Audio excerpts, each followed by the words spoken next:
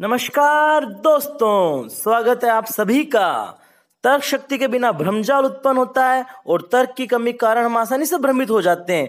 हमारी तर्क न करने की आदत के कारण कौन साइंस वाले बच्चे जो विज्ञान आनंद है उसके बारे में हम विश्वास कर लेते हैं कि इसने पहले ही कोरोना की भविष्यवाणी कर दी थी, जबकि उसने युद्ध की भविष्यवाणी करी थी। उसकी भविष्यवाणी में कहीं से कहीं तक वायरस का नाम नहीं है। इसलिए ध्यान रखिए, बोलती बंद हो जाएगी मूर्ख बनाने वालों की, जब एक बार आदत पड़ गई तर्क करने की मूर्ख बनने वालों की। स्टार्ट करते हैं क्रम परीक्षण का टाइप 3। देखते हैं पहला क्वेश्चन क्या है। मदन बाएं छोर से छठे स्थान पर और प्रकाश कतार में दाएं सिरे से 9वें स्थान पर है। अगर मदन और प्रकाश के बीच में 4 लड़के हैं तो पंक्ति में कितने लड़के हैं। देखिए, सर्वप्रथम मदन बाएं छोर से छठे स्थान पर है, कुछ इस प्रकार, तथा प्रकाश दाएं सिरे से 9वें स्थान पर है और इन दोनों के बीच में 4 लड़के हैं। प्रकाश का दाएं सिरे से 9वां स्थान है तथा उसके बाद में 4 लड़के हैं, मतलब 13वें स्थान तक कोई और होगा तथा उसके बाद में 14वें स्थान पर मदन होगा। तो इस प्रकार हमें मदन का बाएं सिरे से भी स्थान ज्ञात है तथा दाएं सिरे से भी स्थान ज्ञात है, और किसी एक ही व्यक्ति का दोनों सिरों से स्थान ज्ञात हो तो हम उसकी दोनों स्थितियों को जोड़ देंगे तथा एक को घटा देंगे तो कुल लड़के प्राप्त हो जाएंगे। तो इस प्रकार हमारा आंसर हो जाएगा 6 और 14 20 में से एक गया तो 19। परंतु केवल यही नहीं, यहां पर एक स्थिति की और संभावना है। प्रकाश दाएं सिरे से 9वें स्थान पर कुछ इस प्रकार भी हो सकता है। यह स्थिति किस प्रकार सोल्व होगी, तो देखिए, प्रकाश और मदन के बीच में कुल 4 लड़के होने चाहिए।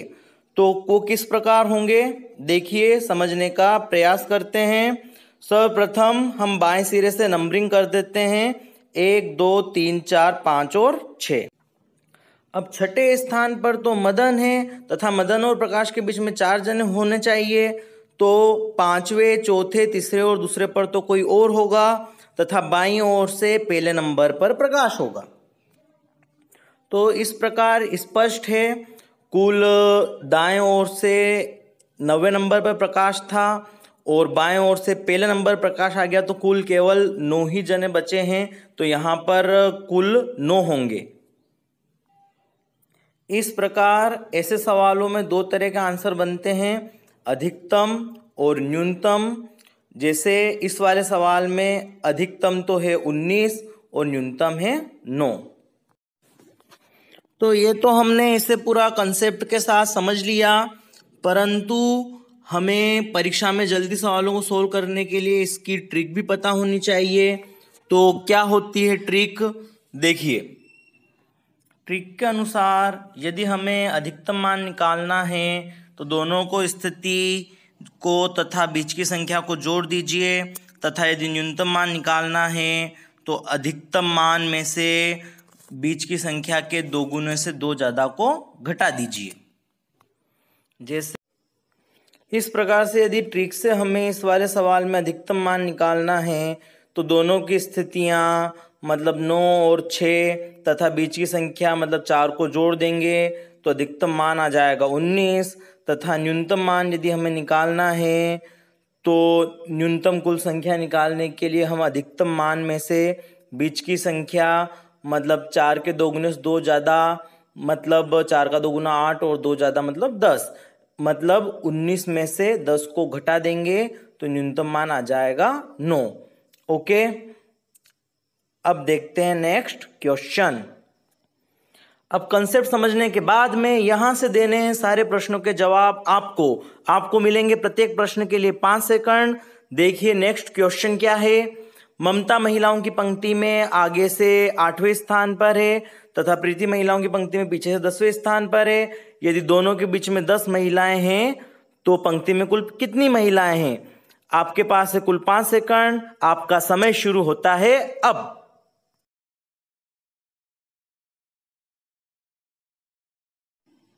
आपका समय होता है समाप्त। देखिए आंसर। अधिकतम मान आएगा 23 और न्यूनतम मान आएगा 11। अब देखते हैं नेक्स्ट क्वेश्चन। मोहन बाएं छोर से 5वें स्थान पर है और प्रदीप कतार में दाएं सिरे से 8वें स्थान पर है। यदि मोहन और प्रदीप के बीच में 7 लड़के हैं तो पंक्ति में कितने लड़के हैं?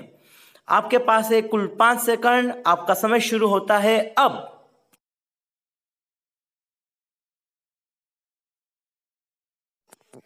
आपका समय होता है समाप्त। देखिए आंसर।